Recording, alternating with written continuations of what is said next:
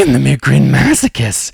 Welcome back to another installment of Aw/No Sleep. Today, I have another one from N-Cubed02. Title! My friends and I found an abandoned oil rig. Part 3. Appreciate all the new subscribers. Appreciate everybody that's still sticking around. Like I said before, I'm kind of easing up on the videos a little bit so that I can make all the ones I'm releasing a little bit better, a little bit longer. The more and more I put into the videos, the longer it takes to make them. So I'm trying to make them better. Thus, it's taking a lot longer to finish them up. But with that said, please like and subscribe. Let's get into it. Precious time was slipping away, but none of us found the will to stand. Maria sat, still weeping for Julian. Mark's eyes never wavered from the cold corridor from which we'd narrowly escaped advanced research. Savannah paced wildly, her breath frantic. I couldn't tell if the muttering under her breath was fueled by anger or fear. The voice over the intercom had died out. Whoever was on the other end must have seen from the camera in the junction that we had all ignored its panicked rambling since we arrived back at the intersection. Savannah paused her pacing, eyes locked onto the steady drip that intermediately dropped from the ceiling above. Would someone please put a towel or a shirt or something on the floor? It's too loud in here. I need to think. I rolled my eyes and pulled a rolled t-shirt from under my bag, throwing it onto the floor where the drips were landing. She wasn't wrong though. In the silence left in the absence of conversation, the steady drip was deafening. It screamed into our ears, blasting the truth we'd been ignoring loud and clear. You're underwater. You are not safe here. Maria wiped her eyes and stood up suddenly. I know you saw that too, Ellie. He was alive back there. He was back on the ledge. I'm going to get him. I sat back against the cold metal. He was back, but so are you. We're not going only for one of us to die again. Mark tilted his head, his eyes finally leaving the hallway to look at me. What do you two mean he's back? And what do you mean she's back too? Exasperated, I let my head sink back, hitting the iron behind me. Well, she got taken first, dumbass. When the thing came back and grabbed her first, took her down, something reset and she was back between you two. It reached up and grabbed Julian instead that time. When we were closing the door, it happens again, and Julian was on the platform alone. Mark gawked at me like I had two heads. What are you talking about, dude? Nothing ever came and grabbed Maria. It just got Jewel. Savannah's face scrunched. Mark, there's no way you didn't see it. She was right in front of you when she got taken. You and Julian tried grabbing her. By the time we ran over to you, she was back again. Mark and Maria exchanged a dumbstruck glance, and Maria stood up. That didn't happen. I just remember you running up to Jewel screaming that you'd kill him, and he pushed me out of the way before it took him. Her eyes focused, fear immediately washing her face. Wait, you're saying that like Julian came back, that happened to me too? Yeah, you don't remember? At all? Maria stood silent for a moment, her eyes on the floor and mouth moving but too shocked to speak. Savannah sighed, exasperated. So what now? Ellie's right, there's no way I'm going back to research, but we still have, she checked her watch, 7 hours until it's too late to return to the surface in time. Mark's eyes locked onto her. You want us to stay down here? Are you kidding me? Hell no. We don't know what else is waiting down here for us. Your watch is busted. By the way, we only have 5 hours left. Are we even going to acknowledge the tree-sized tentacle that just crushed Maria's boyfriend to death? That thing down there, it shouldn't exist. We need to get out of here, now. And just leave whoever is stuck down here alone to die? The voice sounded scared. Mark, we came down here to help, so we need to help. And risk upending like Julian? Maria turned to Mark, fury in her teary eyes. You coward! You let him come down here and die for nothing? If whoever it is stuck down here knows how this place works, he'd be able to reset the loop again and bring him back. We need to keep going. We have to. Mark put his head in his hands. And if you're wrong, if the guy on the intercom decides he doesn't want to play nice, then we tried. We sat in silence for a while longer. Savannah resumed her pacing as Maria began to gather herself and prepare to continue. Mark sat, fuming in the corner. After a while, the speaker buzzed to life once again. Please hurry. I'm so sorry about your friend. I tried to warn you as best I could. I tried warning you. My equipment, I'm running out of time. The water is up to my waist in here. I won't be able to use the intercom much longer. Stick together this time. All of you. Mark was on his feet faster than I thought he could move. He stood in front of the speaker and screamed at it. Who the fuck are you? One of us just died because of you, and we don't even know if you were worth it. I need answers now. Savannah gently walked up behind him, placing her hand on his back. He can't hear us, babe. Mark pushed her away and stormed up to the small camera on the other wall. He raised his hand to it, his middle finger raised in a message that the voice was sure to receive. The intercom buzzed to life again. I know. I'm trying here. I promise. But unless you come get me, Julian will be gone forever. Maria bolted to her feet. How did he know Julian's name? She ran over to the camera, shoving Mark out of the way. She screamed the words as loud as possible, moving her mouth in an attempt for the voice to read her lips. How did you know his name? The speaker lay silent for several long seconds before the speaker sighed. Sub-level maintenance. Maria, I'm in sub-level maintenance. Please save me. Then we'll talk. Maria didn't hesitate for a second and darted off, flashlight in hand, on the path towards our left. Savannah, already standing, took off after her, and it took me a second to stand as I began to chase her too. Mark stopped me, grabbed me by the arm as I moved to enter the dim maintenance hall. We don't have time for this. We have less than 5 hours until it's too late to return to the surface. Let me go, Mark.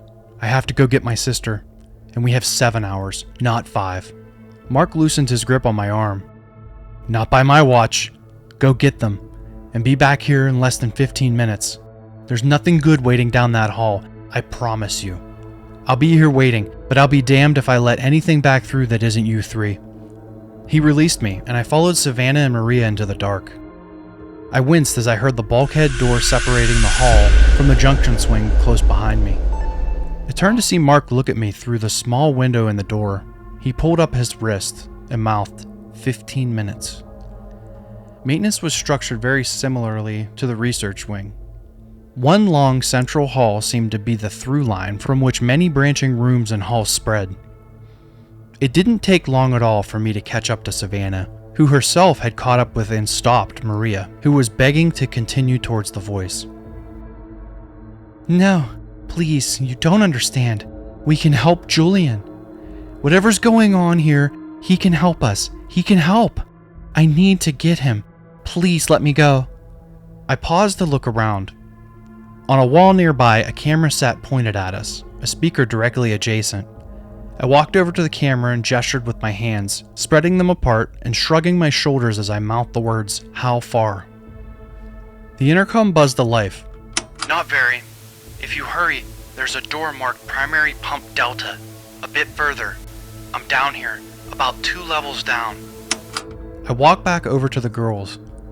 Hear that? He's close. Mark wants us back in the junction in 10 minutes though. And I think it'll take a little longer than that. Savannah, can you go back to him and let him know we need a little more time, but we'll be there soon? She nodded and began to turn back before pulling Maria in for a hug. We'll try to bring him back, girl. We'll try. My sister nodded, then took off. Before Savannah had even started walking away, Maria was sprinting down the dimly lit hall toward the stairwell labeled Primary Pump Delta. I cursed under my breath, taking off after her. The walls down here were even worse than the ones in research. Creaking metal encased us, rust creeping like veins along the welded seams. The flickering lights overhead barely made a difference against the thick darkness, and the distant grumble of machinery filled the air like a heaving breath. Maria, slow the hell down, I hissed, to no avail. The intercom crackled again as we ran. Almost there. End of the hall, door on the right.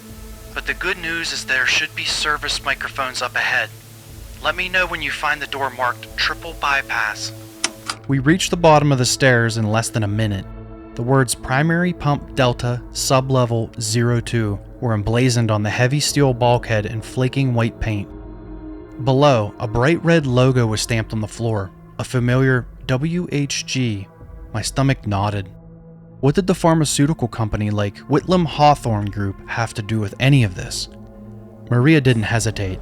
She grasped a large manual valve on the door and twisted with as much force as she could muster. It groaned, scraping against rusted metal before giving way with a mechanical hiss. The door opened and a cold, damp air rushed to meet us. The room ahead was tighter than the corridors behind, filled with tangled pipes and thick cables, moisture dripping off of every available surface. At the opposite end, a grated metal floor descended downward, forming another tight stairwell. Beyond it, darkness. We descended once more, and a sign above our head read, Sublevel 3. The walls were lined with old monitors, some still displaying static, drenched data. I walked over to the nearest one, still displaying readable text, but the words on it made no sense to me. Temporal phenomena, reoccurrence threshold 94%, displacement stabilization incomplete. Please report anomalies. Containment field bypass requires triple synchronization. On-site subject 00 Delta. Pre-call Sove Canna. Status: stasis suspended. Maria startled me as she spoke behind me, also staring at the monitor. What the hell is this? I had no answer. Somewhere deeper, machinery groaned, rattling the floor beneath our feet. We need to get out of here, I said. Now. Maria shook her head. No. This place, temporal phenomena. That means time, right? Like we could go back and save Julian. She stepped forward, peering down the next set of stairs. I clenched my jaw and followed. We emerged into a small chamber, more than before, tiled in steel. At the far end, a locked door, thick and reinforced.